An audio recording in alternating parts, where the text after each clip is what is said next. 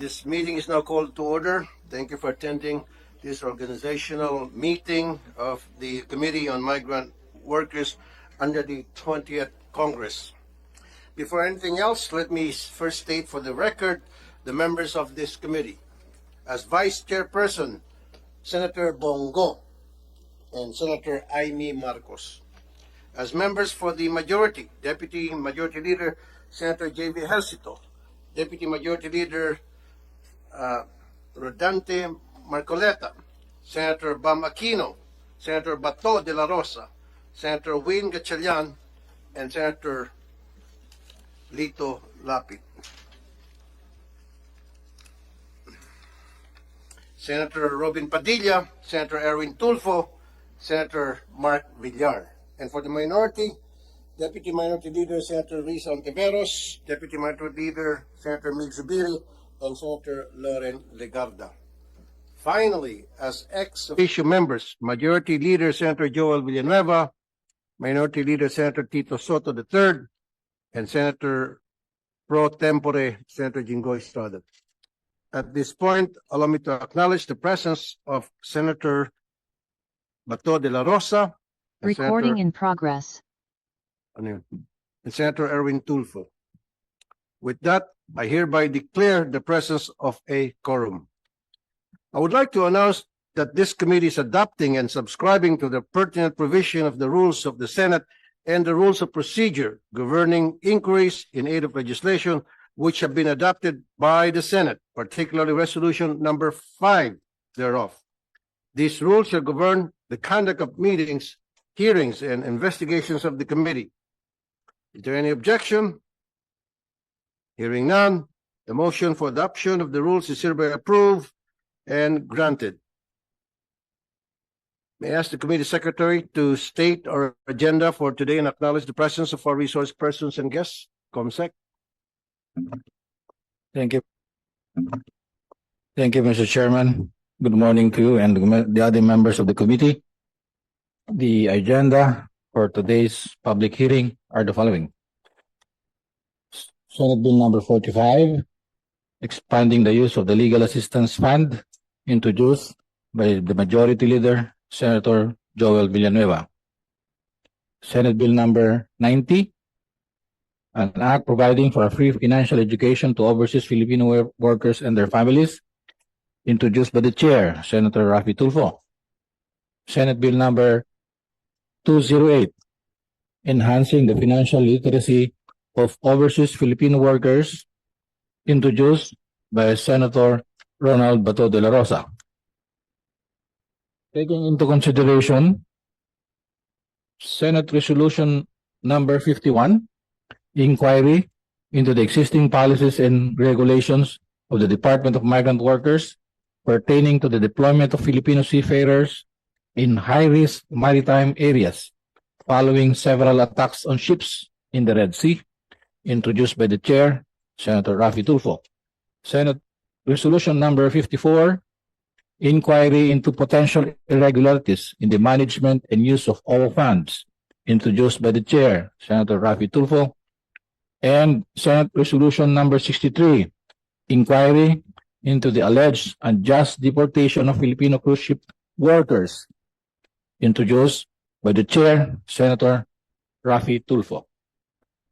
For the confirmed resource persons who are in attendance physically today, Mr. Chair, the following are present. From the Department of Migrant Workers, the Undersecretary Bernard Olalia. He is attending together with Assistant Secretary Jerome Pampolina, Assistant Secretary Maria Georgina Galias, Director Agosto Santiago III, Director Rosalyn Ramos, Attorney Janine Totanes, Ms. Genevieve Carla Fajardo, Ms. Mauricia Nicole Ranyola, and Ms. Bianca Obsiana. From the Overseas Workers Welfare Administration, OWA, Administrator Patricia Yvonne Kaunan. She is assisted by Attorney Director Rosalia Susana Katapang, Director Ronald Mina, Attorney Ana Patricia Jacobo, Attorney Sherlyn Malonzo, and Director Hermenegildo Mendoza. From the Department of Foreign Affairs, Undersecretary Eduardo de Vega, Yusek de Vega, together with Undersecretary Leo Herrera Lim, Assistant Secretary Zaldi Patron, Executive Director Grace Ann Bulos, Attorney Francis, Principal Assistant Renz Arec Alinas. Also from the Department of Migrant Workers, we have ASEC Jerome Alcantara. From the Maritime Industry Authority or Marina, Executive Director Samuel Batalla, Engineer Emmanuel Carpio. From the Commission of Filipino Overseas, Undersecretary Maria Arlene Borja, together with Mr. Rodrigo Garcia Jr. From the Department of Information and Communications Technology, we have the Secretary, Honorable Henry Roel Guda, together with Engineer Gladys de Ocampo, Engineer Albert Salvador, Mr. John Paul Valeros, and Undersecretary Faye Condes de Sagon. From the Philippine Coast Guard, we have Commodore Oliver Tanseco, together with Captain Orly Wong, Lieutenant Commander Sharalay Guzman, and Lieutenant Commander Rapal. From the private organizations and associations, we have from the International Organization for Migration Philippines, or IOM, Attorney Maureen de la Cruz. From the Joint Manning Group, Mr. Erickson Marquez, the chairman, who is also representing as president of the Filipino Association for Maritime Employment, or FAME. From the United Filipino Seafarers, we have the president, Miss Judy Domingo. From the Philippine Transmarine Carriers PTC Inc., we have the Chief Executive Officer, Mr. Gerardo Borromeo, together with Major General Restituto Padilla, Air Force Retired, Mr. Antonio Apale, Mr. Attorney Josephine Oranza, Attorney Julian Vogt, and Miss Pauline Parr. From the Association of Licensed Manning Agencies, or ALMA Maritime Group, Captain Antonio Ladera III, the president, who is also, I think, the president of the Open Sea Agency.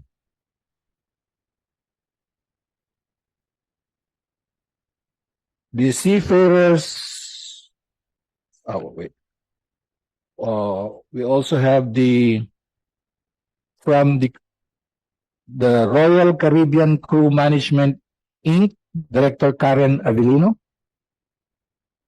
The United Philippine Lines President, Attorney Jose Adolfo Cruz. From the Open Sea Agency, or Carnival Sunshine, the president, again, Attorney Antonio Ladera, together with Mr. Ignacio Carriaga, the general manager for Open Sea Crewing Agency. We also have here, Mr. Chair, the group of seafarers who were deported by the United States government. Those deployed through Royal Caribbean Crew Management, Mr. Mark Anthony Bayani, kasamahan din po niya si Mr. Joey Alfonso, Mr. Hani Dizon, Mr. Franz Leonard Lara, Mr. Romeo Samonte, Mr. Frederick Ibanez, Mr. Pagaran III, Gaudencio Pagaran III. Sila po yung unang set of seafarers on board MV Utopia of the Seas and MV Vision of the Seas, also Allure of the Seas. Those deployed through Open Sea Agency, we have Mr. Marcelo Morales Jr., Mr. Elson Jasmer Gamboa, Mr. Garrick Geoffrey Naco, Mr. Arlon J. Dato, Mr. Edwin Estrada Formentos, Mr. John Elson Jimenez, Mr. Robert John Rubio, Mr. Ernesto Cañada, Mr. Christian Lagahino. They were all deployed on board MV Carnival Sunshine. Also, Mr. Gerard Herjan Villanueva, deployed through the United Philippine Lines, Mr. Jomar Theodore, Mr. Junver Gulmatico, Mr. Rovil Distor. They were members of the crew on board MS New Amsterdam and MS Rotterdam. We also have, Mr. Chair, the Deputy Administrator of OWA, Mr. Ryan Vincent Uy. And we also have Captain Juanito Salvatierra, the Director of JMG Mining Group. Also, Mr. Chair, the committee has invited the Department of Budget and Management, but because of the lateness of the invitation sent, which was only sent last night, they have failed to attend. Also, the committee also sent invitation to the former administrator of OWA, Mr. Arnel Ignacio, and he has sent his letter of regrets, which was received by the committee last night, and I think the chair was given a copy already. Do you wish that the letter be spread into the records, the contents? Yes, Committee Secretary. Thank you, Mr. Chairman. The letter states the following. Dear Senator Tulfo, this refers to your letter of 12 August 2025 inviting me to attend the organizational meeting on 13 August 2025 at the Senator Padilla Room. Relative to this, please be informed of the following. Number 1, utilization of OWA fund applies directly to the benefits of OFWs and their families, such as welfare services, training/education, etc., which falls within the authority and management of the OWA Board of Trustees. Number 2, utilization of emergency repatriation fund sourced from yearly GAA covers the operations of the Seafarers Hub, OFW lounges at Terminals 1 and Terminal 2. Excuse me, Comsec, how long would that be? Reading that letter, how many pages? 10, 15, 20? It's just a page. Just one? Oh, Mr. okay. Chair. Go ahead. There are Please. 3 more paragraphs. 3 more paragraphs. Go ahead, Yes. Comsec, thank you. 23 branches of migrants brew nationwide and financial assistance. It also covers expenses in cases of war, epidemic, disasters or calamities, natural or man-made, and other similar events affecting the overseas employment of OFWs. Number 3, disbursements of OWA funds and GAA are subject to accounting and auditing rules and regulations and COA audit. Currently, I am undergoing medical treatment, preventing my physical presence to actively participate in the said meeting. Lastly, with no intention to disrespect the Honorable Senator, Chair of the Committee on Migrant Workers, it is my best suggestion to direct the request to the newly appointed OWA officials for further inputs on the matter. Respectfully yours, Arnaldo A. Ignacio. Mr. Chair, we also have online the wives of the kidnapped seafarers by Houthi rebels. And so we have Mrs. Krisha Marie Silang. Mrs. Silang, nandyan po ba kayo?